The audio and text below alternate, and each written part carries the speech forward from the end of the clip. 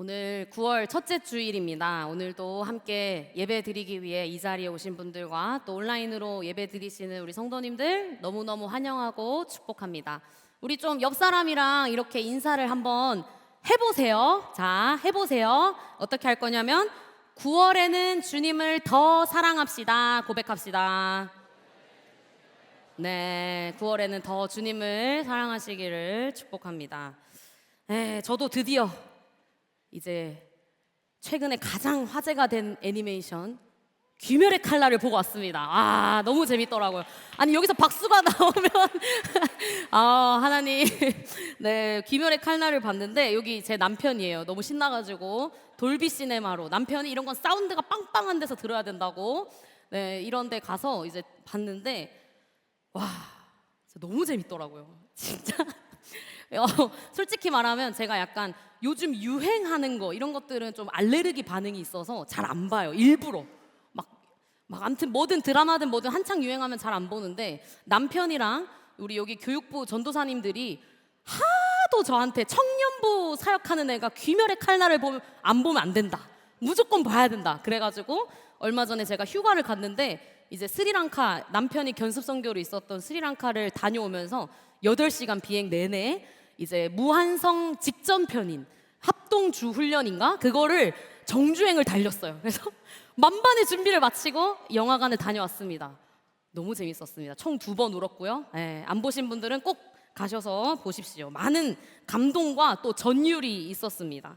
혹시나 너무 유명하지만 아직 잘 모르는 분들을 위해서 조금 설명을 하자면, 이 귀멸의 칼날 이야기는 인간을 잡아먹는 나쁜 도깨비들, 혈귀라는 존재가 있고, 또 이 혈귀들을 무찌르려고 하는 귀살대라는 인간들의 어떤 조직이 있습니다. 그래서 이 귀살대와 혈귀들이 싸우고 서로 이렇게 하는 이야기인데, 이 귀살대의 최종 목표가 뭐냐? 그것은 바로 이 혈귀의 근원이자 모든 악의 뿌리인 키부츠지 무잔. 아, 잘생겼어요.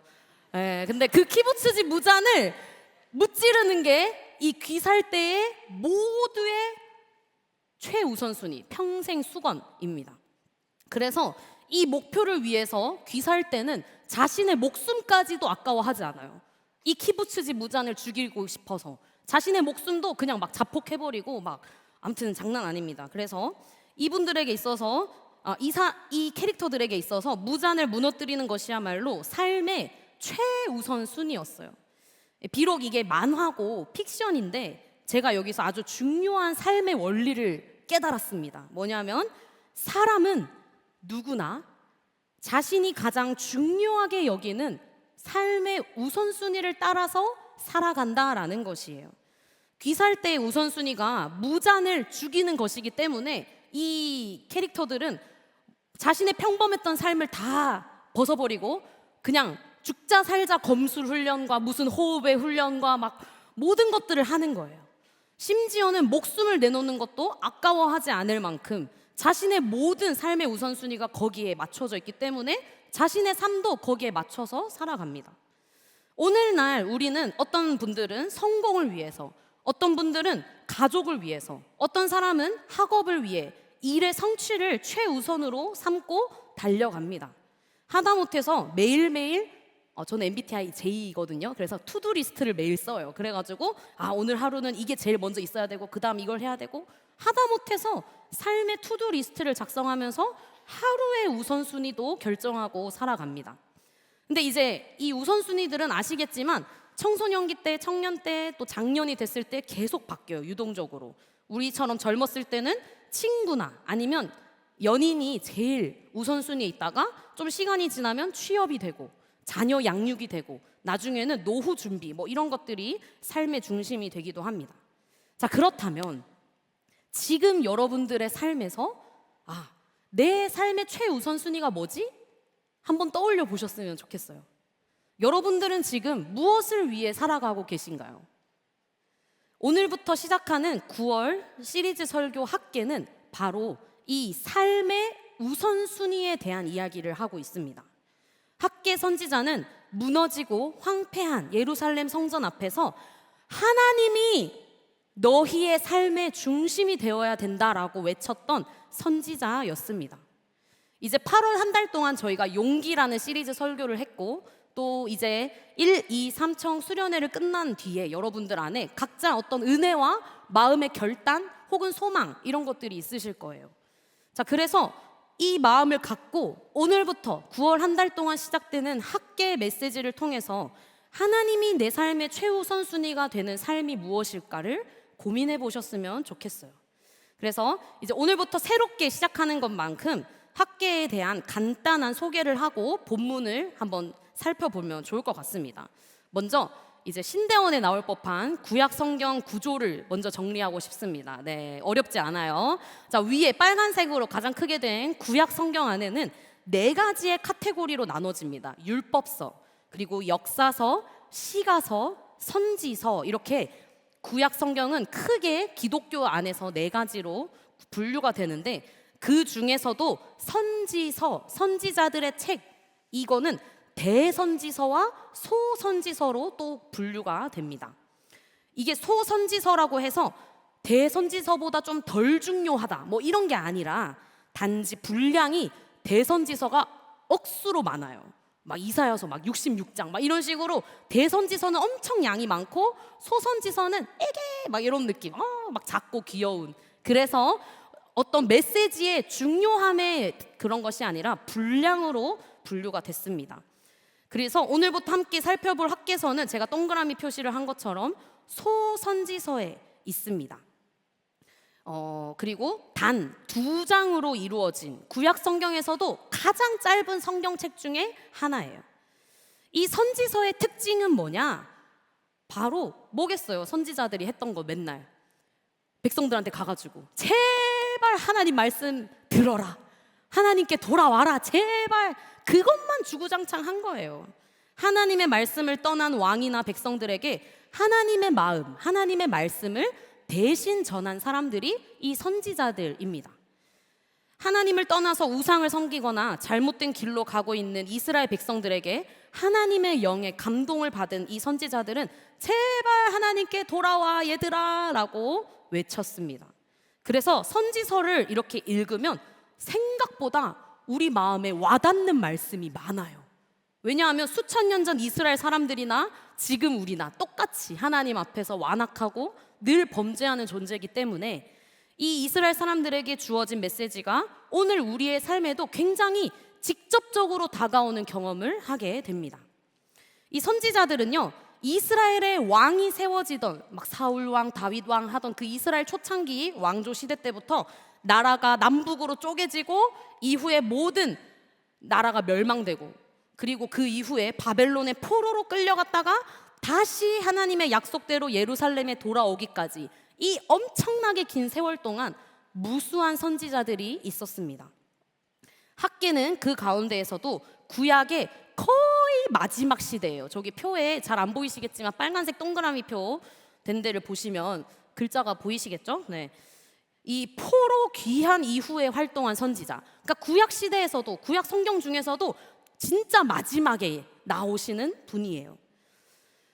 학계서는 단 2장의 짧은 책이지만 날짜가 굉장히 구체적으로 기록된 책이기도 하거든요.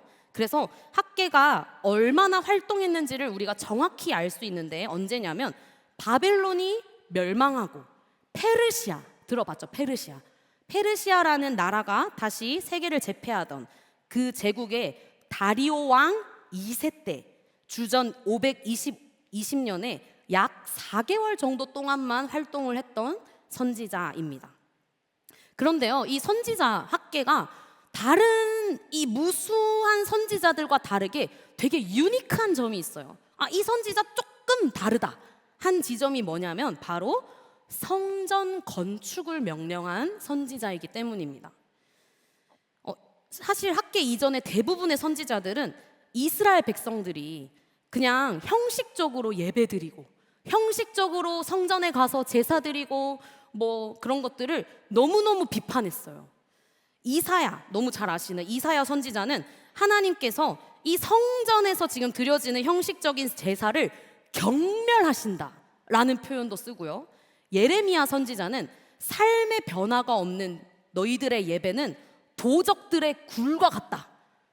이 나쁜 놈들, 악담을 퍼붓는 거예요. 그리고 에스겔 선지자는 성전에서 하나님만 섬기는 게 아니라 우상 숭배도 같이 일어나는 그런 모습을 보면서 너네 정말 가증하다. 너네 어떻게 그렇게 더러운 행위를 하나님 앞에 할 수 있냐고 꾸짖었습니다.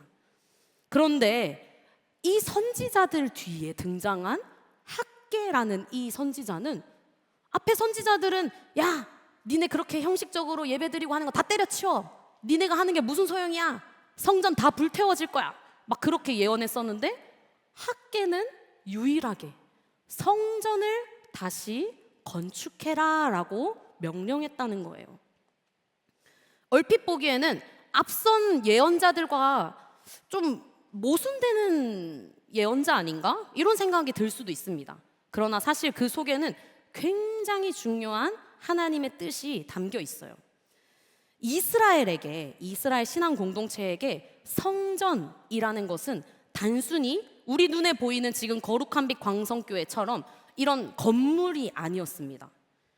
출애굽 이후에 모세가 율법을 받고 하나님께서 알려주신 대로 세운 성막이 있었고, 이제 그것이 예루살렘에 와서는 솔로몬이 성전을 짓게 되고, 이 성막으로부터 성전에 이르기까지 이것은 하나님께서 우리 가운데에 임재하시는 처소였어요. 처소. 그리고 하나님 전지전능하시고 우리를 출애굽시켜 주신 만군의 여호와 하나님이 우리와 함께 하신다는 약속의 증표였습니다. 그래서 백성들은, 그 예언자들이 이제 막 비판했던 부분이 뭐냐면 너무 교만했던 거예요. 야, 성전은 절대 무너지지 않아. 하나님이 우리와 함께 하시잖아. 어쩌면 이런 교만과 하나님의 어떤 마음을 왜곡한 채 그 눈에 보이는 성전만을 가지고 이 사람들이 잘못 해석해 왔습니다. 그러나 그 확신은 하나님의 임재를 오해한 거였어요. 하나님은 사랑으로 끝까지 오래 참으시지만 끝까지 참으시지는 않는 공의의 하나님이라는 것을 이스라엘 백성들이 망각한 거예요. 결국에 북이스라엘은 아수르라는 나라에, 남유다는 바벨론에 의해 멸망합니다. 그리고 그토록 자랑스러워하고 우리 하나님께서 우리와 함께하고 계신다고 믿고 있던 그 성전이 눈앞에서 싹 다 불타 없어지는 것을 두 눈으로 똑똑히 보고 바벨론 포로로 끌려간 거예요. 이렇게 생각해 보시면 정말 이 이스라엘 백성들의 마음이 얼마나 혼란스러웠을지를 우리가 유추할 수 있습니다. 따라서 이 학개가 바벨론 포로 이후에 다시 예루살렘으로 돌아온 이 사람들을 향해 성전을 다시 건축해라 라고 한 것은 단순히 건축 사업을 위해서 이 말씀을 한 게 아닙니다. 그것은 하나님께서 자신의 백성, 이스라엘 백성과 다시 언약의 관계를 맺고 내가 너희 가운데 임재하여 함께 하겠다 라고 말씀하시는 하나님의 갈망, 하나님의 사랑의 표지였어요. 하나님은 태초부터 우리를 먼저 택하시고 언약을 맺으시고 심지어는 그 하늘 보좌를 버리고 친히 인간의 몸을 입고 이 땅에 오셔서 우리를 최우선순위로 삼으신 분입니다. 그러니까 하나님은 오늘 우리에게도 이렇게 말씀하실 수 있는 거예요. 너희 삶에서 하나님을 최우선순위로 삼아라. 내가 너희를 최우선순위 삼은 것처럼. 성전이 공동체의 중심이 된 것처럼 우리 삶 속에서도 하나님은 가장 중심에 계시기를 원합니다. 이것이 학개서의 핵심 메시지이자 오늘부터 나눠질 시리즈 설교의 신앙의 출발점이자 학개의 중심이라는 사실을 기억하고 이 학개서의 맥락을 이해하고 오늘 저와 여러분이 읽은 말씀 본문을 한번 들어가 보도록 하겠습니다. 이제 1절, 2절 말씀 우리 다 같이 함께 읽겠습니다. 시작. 다리오 왕 제2년 여섯째 달 곧 그 달 초하루에 여호와의 말씀이 선지자 학개로 말미암아 스알디엘의 아들 유다 총독 수룹바벨과 여호사닥의 아들 대제사장 여호수아에게 임하니라. 이르시되 만군의 여호와가 이같이 말하여 이르노라. 이 백성이 말하기를 여호와의 전을 건축할 시기가 이르지 아니하였다 하느니라. 자, 2절에 보면 이 유다 백성들이 뭐라고 말하냐? 여호와의 전을 건축할 시기는 아직 되지 않았습니다 라고 말을 합니다. 이거는 단순히 핑계거리가 아니라 그들의 현실 속에서 충분히 사실 나올 수 있는 말이었어요. 학계가 활동하던 그 시대의 상황을 우리가 좀 더 구체적으로 이해해 보면 굉장히 현실적인 말임을 우리가 알 수 있습니다. 자, 이렇게 시간을 돌려가지고 학계보다 조금 더 이전에 주전 538년에 바벨론이라는 엄청난 제국이 페르시아라는 제국의 신흥 제국에 의해서 멸망을 당하고 그 고레스 왕이 뭐라고 명령하냐면 에스라서에 나옵니다. 유대 사람은 예루살렘으로 돌아가 성전을 다시 세워라 라고 칙령을 친히 써서 내렸습니다. 그러니까 이 유대 백성들 입장에서는 나라가 완전히 멸망했어요. 멸망하고 바벨론의 포로로 잡혀가서 70년 동안 포로 생활을 한 겁니다. 근데 이 바벨론이라는 나라가 무너지고 새롭게 등장한 페르시아의 왕 고레스는 유대 백성들에게 뭐라고 하냐면 너희 이제 고국 땅으로 돌아가서 너희 하나님을 섬길 성전을 다시 세워라 라고 명령하신 거예요. 드디어 유대 백성들의 입장에서는 하나님의 약속이 드디어 성취되려나 보다 이런 것 같았습니다. 그래서 바벨론 땅에 70년 동안 살았던 그 사람들, 그곳에서 태어난 후손들 중에 약 4만 2천여 명이 이제 이 땅에서의 모든 삶을 버리고 다시 고국 땅으로 돌아오는 선택을 합니다. 이제 폐허였던 예루살렘으로 귀환을 하고 성전에 기초를 놓았어요. 그러니까 이제 사람들은 너무 감격하는 거죠. 우리 하나님이 예레미야 선지자 말씀처럼 70년이 지난 이때에 정말 우리를 다시 유대 땅으로 예루살렘으로 돌아오게 하셨구나. 너무 감사합니다 주님 하면서 하나님을 찬양했어요, 그 사람들이. 근데 그 기쁨이 오래 가지 않았습니다. 현실의 벽이 너무 높았어요. 무엇보다도 주변에 이 예루살렘 주변에 있던 민족들, 특히나 사마리아 사람들에게 강하게 반대를 받았습니다. 처음에는 이 사마리아 사람들이 야, 우리도 좀 같이 성전 짓자 이렇게 얘기를 했는데 유대 백성들 입장에서는 사마리아인들은 이방인과 다름없었거든요. 그래서 No! 이제 너네같이 이방인들과 우린 같이 성전 지을 수 없어! 이렇게 거절을 한 거죠.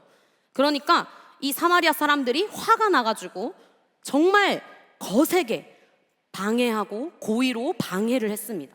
그래서 행정적으로 막 고발하고, 그러니까 다시 고레스 왕을 이렇게 보더니 얘네 좀 이상한데 하면서 다시 성전 못 짓게 하고 막 이런 일들이 반복이 됐어요. 결국에는 성전 공사가 중단이 됐습니다. 그리고 돌아온 백성들의 현실은 뭐였냐면 말했듯이 70년 전에 폐허가 됐잖아요. 아무것도 없었어요. 그 땅에 아주 가난하고 흉년을 겪고 있었고 먹고 사는 문제로 허덕일 수밖에 없었습니다. 눈앞에 펼쳐진 현실은 너무나 척박하고 예루살렘은 폐허였어요. 그러니까 이런 상황에서 백성들의 마음이 어떻겠어요? 너무 혼란스럽죠.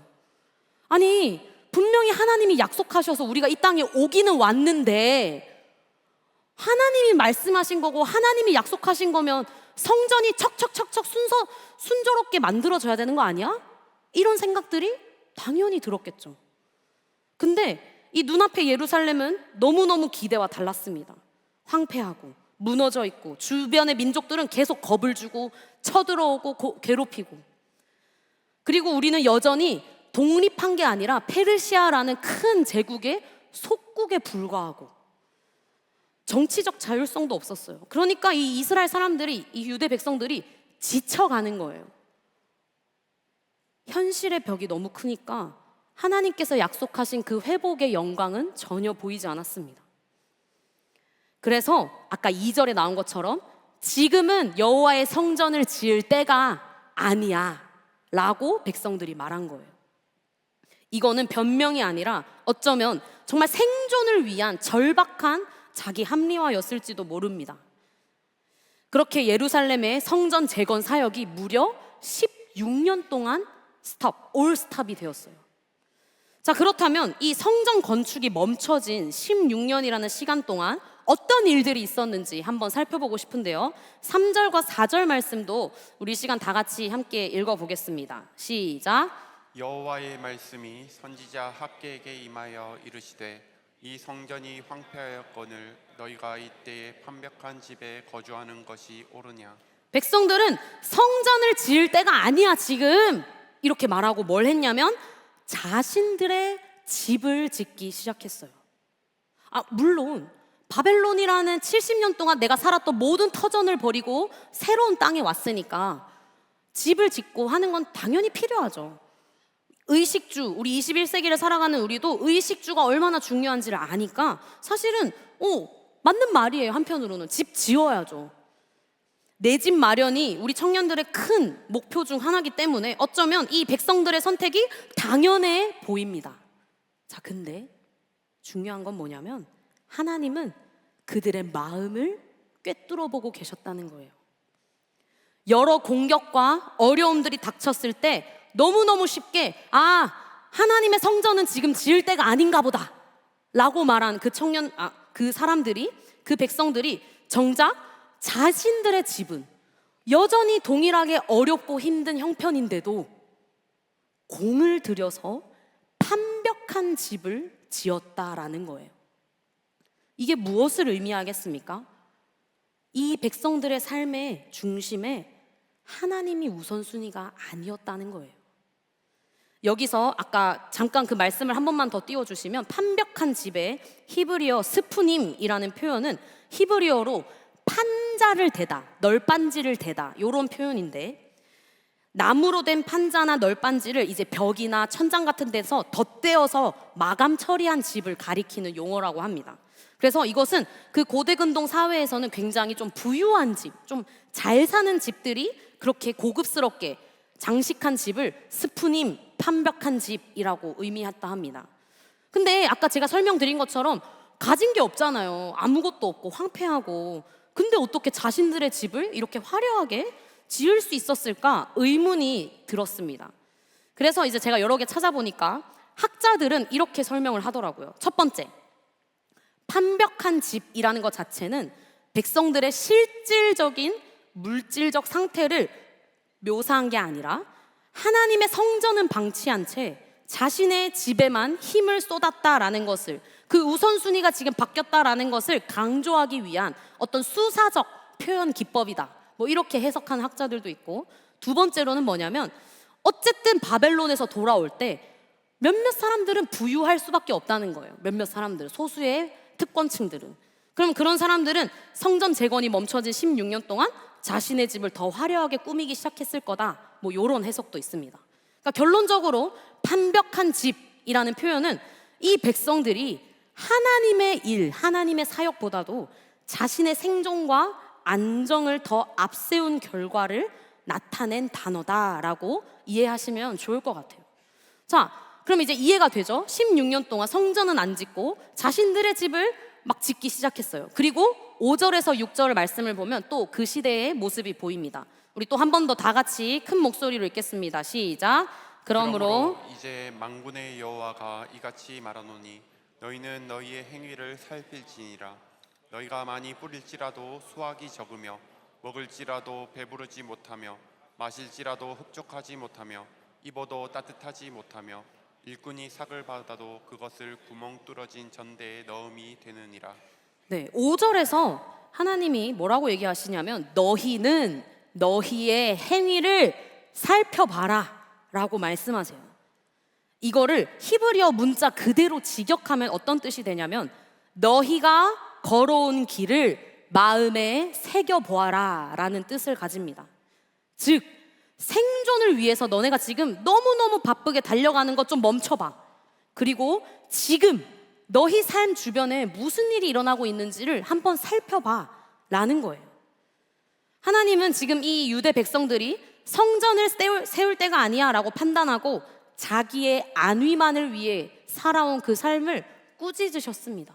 하나님이 우선순위가 되지 않은 그 삶을 하나님이 살펴봐라. 네 마음 중심 니네도 알잖아. 살펴봐봐 라고 얘기하신 거예요. 하나님이 중심이 되지 않은 그 삶의 모습이 어떠한지가 우리가 방금 읽은 5절에서 6절에 잘 나옵니다. 사마리아인들 뿐만 아니라 주변 민족들의 위협이 계속됐어요. 계속 공격하고 너네 지금 뭐하냐. 왜냐면 70년 동안 떠났던 애들이 갑자기 4만 명이나 와가지고 집 짓고 막 하니까 계속 괴롭히는 거예요. 그리고 황폐했던 이 예루살렘 기반도 다 무너져 있고 농사를 지어도 땅도 잘 회복도 안 돼요. 황폐했으니까, 아무것도 없었으니까. 열매도 잘 안 맺혀요. 그러니까 막 백성들은 조급한 거예요. 언제 또 사마리아 사람들이 언제 또 적이 쳐들어올지 모르는데 빨리 우리 집을 짓고 성벽도 보수하고 농사도 지어야 우리 가족을 지킬 수 있어. 분주해지는 거예요. 그러다 보니까 성전 건축 저 멀리, 우선순위의 가장 뒤편으로 하나님은 가게 된 겁니다. 그러나 하나님이 없는 분주함은 결국 헛수고이다라는 것을 5절과 6절에서 말씀하고 계세요. 6절에 보면 한 번 더 말씀을 띄워주시면 감사하겠습니다. 많이 뿌려도 수확도 없고, 너네 지금 먹어도 배고프고, 마셔도 흡족하지 못하지 않냐고, 옷을 입어도 따뜻하지 못하고, 너네가 지금 일한 품삯마저도 구멍난 주머니, 줄줄 새는 주머니에 들어가는 것처럼 다 사라져버리지 않냐고. 너네 지금 삶의 형편이 어떤지 너네 지금 살펴보라고 하나님이 얘기하셨어요. 왜 이런 상황이 펼쳐졌을까요? 왜 많이 뿌려도 거두지 못하고 먹어도 배고프고 벌어도 다 사라져버리는 이런 현실이 왜 16년 동안 계속 반복됐을까요? 내려주시면 이게 역설적으로 하나님이 언약의 하나님이라서 일어난 일이라는 거예요. 너 지금 춥고 배고프고 아무것도 지금 뭐 안 되는 거? 그거 내가 언약의 하나님이라서 그래 라고 학개 선지자를 통해 말하고 계신 거예요. 신명기에 보면 하나님은 이스라엘 백성들과 시내산에서 언약을 맺으실 때 분명하게 이렇게 얘기하셨습니다. 너희가 나를 사랑하고 내 말에 순종하면 내가 대대손손 복을 줄 거야. 열리는 나무마다 다 풍성하게 열리고 내가 모든 것을 다 너희에게 줄 거야. 근데 너희가 나를 떠나서 불순종하면 이 모든 것에 저주가 있을 거야 라고 하나님이 시내산에서 이스라엘 백성들과 약속하셨어요. 그리고 이스라엘 백성들도 아멘 했어요. 우리가 하나님을 사랑하겠습니다. 우리가 하나님의 말씀을 지키겠습니다. 약속했어요. 근데 70년의 포로 생활 이후에 다시 예루살렘에 돌아온 이 백성들 삶, 여전히 황폐한 그 이유는 그 약속 때문이라고. 너네가 지금 내 말을 믿지 않고 순종하지 않고 너네가 나를 지금 최우선순위 삼지 않기 때문에, 너와 내가 한 그 약속 때문에 지금 네 삶이 그렇게 황폐한 거라고 말씀하십니다.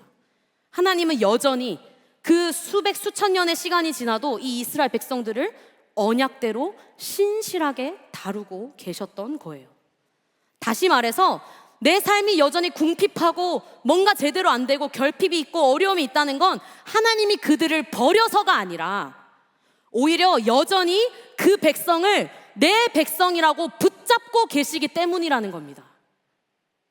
하나님은 그들의 삶이 무너지는 자리를 통해서라도 제발 나한테 돌아와라. 너네 지금 뭐 잊은 거 없어? 너네 지금 뭐 놓치고 있는 거 없어?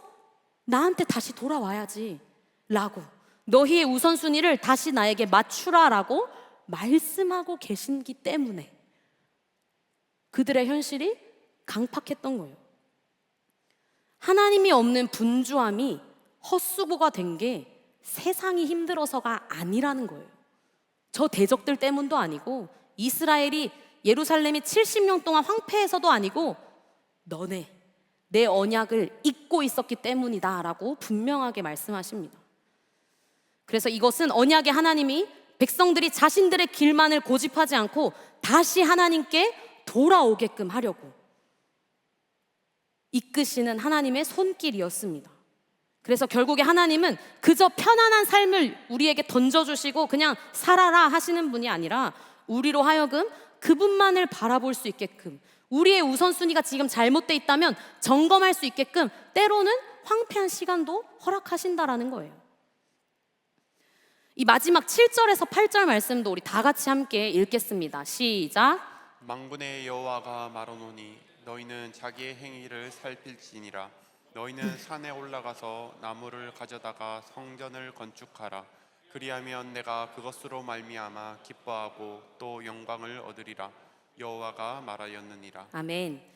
7절에서 아까 5절 말씀과 비슷하게 다시 한번 너희가 걸어온 길 다시 한번 마음에 좀 되새겨봐 라고 말씀하신 하나님은 8절에서 아마 이 학계 선지자를 몰랐어도 저 말씀을 한 번쯤은 들어봤을 법한 성경에서 굉장히 유명한 구절 중에 하나를 말씀하십니다. 바로 너희는 산에 올라가서 나무를 가져다가 성전을 건축해라 라는 말씀이에요.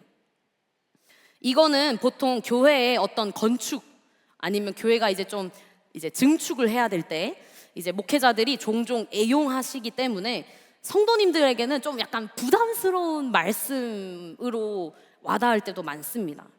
근데 제가 여러분과 계속 나누는 것처럼 학개서의 중심은 건물을 세워라 이게 중심이 아니라 하나님이 우리 삶의 최우선순위가 되어야 한다라는 것에 있습니다.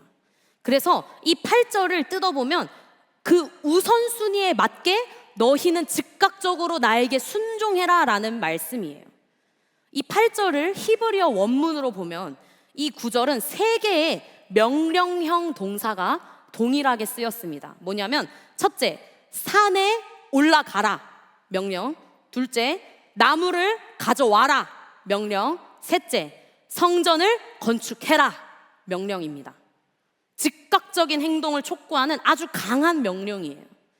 유대 백성들이 성전을 쉽사리 짓지 못했던 또 다른 이유 중에 하나가 이것을 통해 우리가 유추해 볼 수 있습니다. 뭐냐면 옛 예루살렘 성전의 모습을 아는 거예요. 너무너무 화려하고 너무너무 예쁘고 아름다웠던 우리의 옛 예루살렘 성전, 솔로몬 성전, 그것을 기억하기 때문에 쉽사리 시작하지 못했을 수도 있겠다라는 신학적 생각을 해볼 수 있습니다. 왜냐하면 이 첫 번째 예루살렘 성전, 다윗과 솔로몬 왕 당시에 세워졌던 이 성전은 이스라엘이 되게 강성할 때 세워진 성전이에요.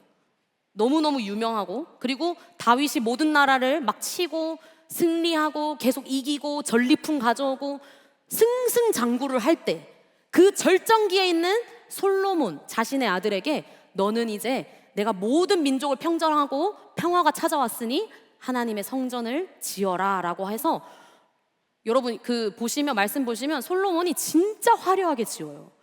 엄청난 곳에서 다 수입 다 해와가지고 화려하게 짓습니다. 그 성전의 모습을 70년이 지나도록 기억하는 사람들이 왜 없었겠어요?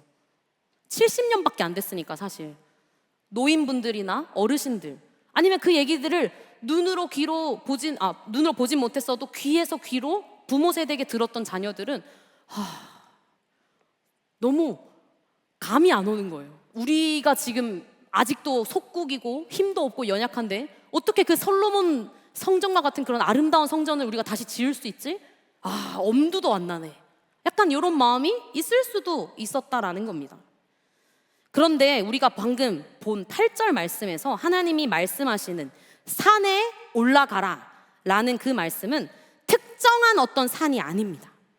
지금 내려주시고, 특정 산이 아니라 흔히 볼 수 있는 주변의 산지를 가리키는 단어예요. 그리고 나무를 가져와라 라는 그 명령도 솔로몬이 지었던 그 옛 성전처럼 저 레바논 땅까지 가서 예쁘고 아름다운 백향목들 다 수입해 와가지고 아름답게 지어라 하는 그 나무가 아니라 니네 지금 눈에 보이는 예루살렘 주변의 그 산지에서 나무 가져와서 성전 지으라고 하신 겁니다. 이것은 정말 어떠한 나무든 상관없으니 나를 위한 성전을 지어라 라고 말씀하시는 하나님의 마음이었어요. 결국 하나님은 너희가 지금 가지고 있는 것, 지금 주변에서 얻을 수 있는 자원으로 성전을 세우라라고 현실적으로 백성들에게 말씀하셨다는 거예요. 비록 이전 솔로몬 그 성전 때의 영광에 한참 못 미쳐도, 너무 초라해 보이지라도 하나님은 우리에게 없는 것을 요구하지 않는다라는 겁니다. 오히려 우리의 현재 자리에서 내가 지금 가지고 있는 수준에서 드리는 최선의 순종을 기뻐하시고 그 순종을 통해 영광 받기를 기뻐하시는 분이십니다. 그래서 8절 후반절에 나오는 그것으로 말미암아라는 이 단어 히브리어 보인데 문자적으로 in it, 그것 안에서라는 뜻을 갖고 있어요. 그래서 두 가지로 해석할 수 있습니다. 하나는 건축된 성전 안에서 내가 기뻐하고 영광을 얻으리라 라는 의미, 첫 번째. 그리고 두 번째는 뭐냐면 백성들이 순종해서 건축하게 된 그 행위로 말미암아 내가 기뻐하고 영광을 얻으리라 라는 두 번째 해석입니다. 결국 하나님은 우리의 순종을 통해, 그리고 비록 우리 눈에는 초라해 보이는 성전일지라도 그 성전을 통해 기뻐하시고 우리의 행동에, 순종에 기뻐하신다라는 뜻이에요. 사실 하나님은 우리 성전 없어도 돼. 예루살렘 성전 없으셔도 돼요. 왜냐하면 태초부터 하나님은 천지 만물의 창조주시거든요. 스스로 영광이 충만하신 분이시거든요. 그래서 성전이라는 인간이 지은 작디 작은 이 공간 안에만 거주하시는 분이 아니라 온 천지 만물의 영광이 충만하신 분이기 때문에 성전 없어도 돼요. 근데 하나님은 그분께서 선택하신 이 백성들의 예배와 섬김, 그리고 하나님의 뜻에 순종하는 삶을 통해 영광을 드러내시는 걸 기뻐하시는 분이라는 것을 알 수 있습니다. 그리하여 이 말씀은 만군의 여호와 하나님인 내가 친히 정말 기꺼이 너희와 함께 하고 싶다라는 하나님의 사랑의 고백이자 존재적인 겸손의 표현임을 우리가 깨달을 수 있습니다. 네, 여러분, 정말 제가 이 말씀을 준비하면서 너무너무 힘들었습니다. 열심히 강의해놓고 너무 학개서 말씀이 힘들었어요. 제가 이때까지 설교 준비하면서. 왜냐하면 이 학개서라는 본문 자체가 너무 어렵고 또 낯설고 청년들에게, 그리고 제가 정말 열심히 노력했거든요. 근데 아무리 설교를 써도 그 풍성한 의미의 깊이를 내 역량이 너무 안 되는 것 같은 거예요. 이걸 다 다루기가 너무 부족하더라고요. 그래서 제가 주변 목사님들께 막 자문도 구하고, 학개서를 설교해야 되는데 어떻게 시작해야 될까요, 목사님? 막 물어보고, 그리고 고민을 엄청 하면서 설교를 계속 갈아엎었습니다. 갈아엎고. 근데도 이 마음에 만족이 안 되는 거예요. 감동이 안 되는 거예요. 그래서 이 선지서라는 특성을 제가 앞에서 설명드린 것처럼 이미 하나님이 선지자들을 통해서 너네 제발 나한테 돌아와라, 회개해라 라는 명령을 하고 계시기 때문에 굳이 내가 여기서 적용점을 또 찾아주고 예화를 쓰는 게 너무 그런가? 이런 생각도 들었습니다. 근데 한편으로는 이제 조금 피곤하시니까 식곤증으로 졸린 분들이 계신데 너무 지루할 것 같은 거예요, 이 말씀이. 하나님 죄송해요. 근데 학교에서 말씀이 너무 청년들한테 안 와닿을 것 같은 거예요. 그래서 막 진짜 너무 고민했습니다. 그래서 어제 제가 보통 MBTI J니까 목요일 금요일쯤이면 설교를 다 끝내놓거든요. 근데 어제 토요일 오전까지도 계속 이 끙끙대고 있었어요. 뭔가 2% 부족한데 뭘까? 그래서 하나님께 끙끙 기도하면서 이렇게 앓고 있는데, 이제 어제 토요일 날 우리 비전어리 찬양팀이 토요일 오전 10시마다 기도회를 하고 있어요, 저희끼리. 그래서 청년부실 웰에서 기도회를 하면서 이제 이번 주에 하게 될 찬양 가사도 같이 묵상하고, 그리고 말씀 본문도 미리 같이 읽어보면서 좀 예배자로서의 좀 마음을 가다듬고 하는, 그리고 공동체적으로 기도하는 시간으로 보내고 있습니다. 그래서 저도 토요일 10시만을 기다립니다. 저도 은혜를 받아야 하기 때문에. 그래서 이 기도회를 사모하는 마음으로 이렇게 가는데, 어제도 이제 설교 때문에 너무 머리가 아프지만 10시가 되어서 이제 기도회를 갔어요. 그리고 거기서 같이 이제 학개서 말씀을 묵상을 했는데, 오늘 설교 제목 4절 말씀, 성전이 아직 폐허로 남아있는데 너희가 그렇게 멋진 집에서 사는 게 옳으냐? 이 말씀이 확 와닿더라고요. 그리고 제 머릿속에 어떤 한 장면이 샥 스쳐져 지나갔습니다. 그게 뭐냐면, 이제 몇 달 전에 제가 남편한테 단단히 삐진 사건이 한 번 있었어요. 다들 아시다시피 저와 제 남편은 이 광성교회에서 같이 사역을 하고 있습니다. 남편은 초등 2부예요. 우리 귀한 초등 2부 교사 선생님들 감사합니다. 많이 섬겨주세요, 여러분. 홍보. 아무튼 근데 이제 저는 준전임이고 남편은 교육전도사여서 남편은 사실 목요일 금요일은 출근을 안 하고 토요일 격주로만 출근을 합니다. 근데 이제 목요일이나 금요일에 때때로 저를 따라서 같이 교회에 출근을 해서 이제 본인 할 일 하고 그리고 이제 점심시간 되면 같이 이제 내려가서 교회 밥 먹고 만매 아시죠? 만매 가서 밥 먹고 이렇게 하는데 이제 몇 달 전에 어느 토요일이었습니다. 남편이 출근하는 토요일이었어요. 그러니까 한 달에 2번 토요일 공식 출근 날이에요. 근데 이제 보통 저희가 만매에 점심 먹으러 언제 가냐면 한 11시 반쯤 되면 이제 밥을 먹으러 가요. 식당이 열려서. 그래서 같이 밥 먹으러 가자 막 이런 연락을 하고 이제 만나가지고 같이 식당 내려가서 밥 먹고 하는데 그날은 연락이 없는 거예요. 그래서 뭔가 좀 이상하다 싶었는데 아침에 남편이 오늘 이제 원래 회가 있다라고 했던 걸 들은 것 같아서 회의가 있나 보다 하면서 저는 혼자 좀 기다렸어요. 막 목사님들이 다은 전사님 식사 안 하세요? 그래서 네 먼저 드세요 막 이렇게 하면서 이제 막 기다리고 있었어요. 혼자서 남편의 연락을.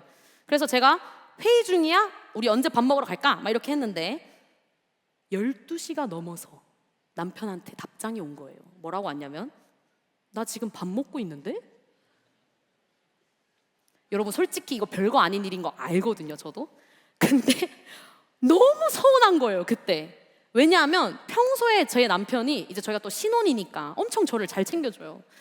그리고 우선순위로 저를 항상 챙겨주는 사람인데 그날은 교육전도사님들이랑 되게 친하거든요. 근데 그분들이 다 와가지고 같이 오랜만에 출근을 하니까 막 너무 재밌었던 거야, 자기들끼리. 막 재밌고 막 즐거우니까 저를 깜빡 잊고 그냥 밥 먹으러 먼저 내려간 거예요. 희희낙낙 웃으면서. 근데 심지어 그날 밥이 뭐였냐면 돈가스였습니다, 형제님들. 제 생각이 나겠어요? 아무튼 그래가지고 아무 생각 없이 가서 막 이렇게 밥을 먹다가 제 연락 딱 보고 싶어서 저한테 연락을 한 거예요. 그래서 제가 이후에 식당을 내려가고 저한테 미안해하는 그 남편의 얼굴을 꼴보기가 싫었어요. 그래서 진짜 쳐다도 보기 싫고 막 섭섭하고 막 화도 나고 막 별의별 감정이 막 올라오는데 이 이야기를 듣는 청년들 중에 형제들은 막 전도사님 그런 거 가지고 할 수 있겠지만 우리 자매님들 분명히 제 이야기에 공감하시는 분들이 있을 겁니다. 사랑하는 사람에게서 내가 우선순위가 안 됐을 때 그걸 느낄 때 그 서운함, 그 분노, 짜증이 막 확 올라와요, 진짜로. 결론적으로 잘 화해했습니다. 제가 용서해줬고. 아무튼 근데 이제 그 장면이 비전어리 기도회에서 학계 말씀을 보는데 팍 스쳐 지나가는 거예요. 그러면서 어떤 마음이 들었냐면 학계에서 하나님이 유대 백성들에게 느끼셨던 마음이 이런 마음이겠구나 라는 생각이 들었습니다. 하나님은 이스라엘 백성들을 아브라함 때부터 선택하셨잖아요. 걔들의 조상의 그 아브라함 때부터 선택하셔가지고 내가 얘들 작고 보잘것없는 민족이지만 내가 얘들 택해서 언약을 맺고 내가 얘들을 통해서 모든 민족의 복을 받게 할 거고 마지막에는 모든 인류를 구원할 내 아들 메시아를 보내가지고 네 원대한 꿈들을 이룰 거야. 하나님이 선택하시고 그리고 신명기 말씀뿐만 아니라 선지자들을 통해서 오랜 시간 동안 계속 말씀하신 거예요. 이스라엘 백성들한테 너희가 나만 사랑하고 나만 섬기고 내 말에 순종하면 내가 진짜 이런 복을 다 줄 거야. 내가 너네 너무 사랑하니까. 근데도 이스라엘은 끊임없이 하나님을 배신하고 다른 신을 섬기고 언약을 어겼어요. 인간인 저는 남편이 그 점심시간에 한 번 저를 잊었었던 것만으로도 그렇게 서운했는데 하물며 우리 하나님은 어떠셨을까라는 생각이 들었습니다. 사랑하는 자기 백성이 나를 그렇게까지 사랑하지 않을 때 우선순위에 두어야 할 그 하나님을 잊어버린 모습들을 봤을 때 천지를 다스리시는 만군의 여호와께서 내가 친히 니네가 만든 그 지구의 깨끗한 그 건물에 내가 임재해 줄게 라고 겸손하고 그런 사랑의 표현까지 하셨는데도 그 성전이 황폐했는데 방치한 그 이스라엘 백성들의 모습을 16년 동안 보셨을 때 하나님의 마음은 얼마나 아프고 속상하셨을까요? 그러니 오늘 설교 제목 말씀처럼 얘들아, 이 성전은 지금 황폐해져 있는데 너희가 그렇게 판벽한 집에서 사는 게 진짜 옳아? 그거 맞아? 이렇게 물어보시는 거예요. 너무너무 당연한 하나님의 탄식이자 호소였습니다. 그래서 사랑하는 청년 여러분, 오늘 이 학개서를 통해 하나님께서 우리에게 다시 한번 분명하게 말씀하세요. 너희 삶의 중심에 내가 있기를 원한다고. 이것은 그분의 사랑 고백이에요. 내가 너희를 이렇게까지 사랑하는데 너희도 나를 사랑해주면 안 되겠냐고, 나 우선순위 먼저 삼아주면 안 되겠냐고 하나님이신 그분이 인간인 여러분들에게 절절매면서, 여러분, 비록 삶에 하나님의 응답이 더뎌지는 것처럼 보일 때가 있습니다. 이스라엘 백성들이 그랬잖아요. 약속하신 대로 포로 생활에서 돌아왔는데 우리 삶은 여전히 황폐해. 하나님의 약속이 이루어지는 거 맞아? 그리고 우리 삶이 자꾸 분주해져요. 어쩔 수 없이 바빠요. 취업 준비하느라 뭐 하느라 그러다 보면 우리 집을 짓기에 바빠다 보니, 농사 짓고 막 모든 것들 우리 삶을 이루려고 하다 보니 하나님은 점점 잊혀지는 것 같습니다. 혹은 내가 가지고 있는 게 너무 작고 초라해 보여서 하나님 앞에 나아가는 게 부끄러울 때도 있고. 근데 오늘 여러분들에게 말씀하신 것처럼 그래도 나를 우선순위 삼아주면 안 되겠냐고 이 학개서를 통해서 하나님은 말씀하고 계신다는 거예요.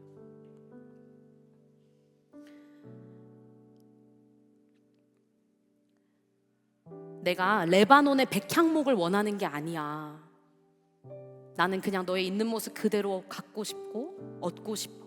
너의 자리에 서서 나를 예배해 라는 그 하나님의 음성이 우리 청년들의 삶에 있기를 소망합니다. 그러니 이제 9월 새로운 학기가 시작됐습니다. 이때 여러분들의 마음을 좀 돌아보셨으면 좋겠어요. 내 삶의 우선순위가 어디에 있었지? 하나님의 충만한 임재와 사랑, 언약의 상징인 성전을 다시 세워라 말씀하신 그분은 오늘도 동일하게 여러분들의 삶의 첫 자리와 중심을 원하고 계세요. 그러니 우리 여러분 하나님 앞에 우리의 첫 마음, 첫 자리, 제일 귀한 그 자리를 하나님께 드립시다. 분주한 삶의 걸음을 좀 잠깐 멈춰도 돼요. 주님, 제 삶의 중심이 되어 달라고, 주님만이 나의 최우선순위가 됐으면 좋겠다고 고백하는, 앞으로의 모든 학개서를 통해 그렇게 고백하게 되는 저와 여러분 되기를 간절히 소망합니다. 아멘. 아멘.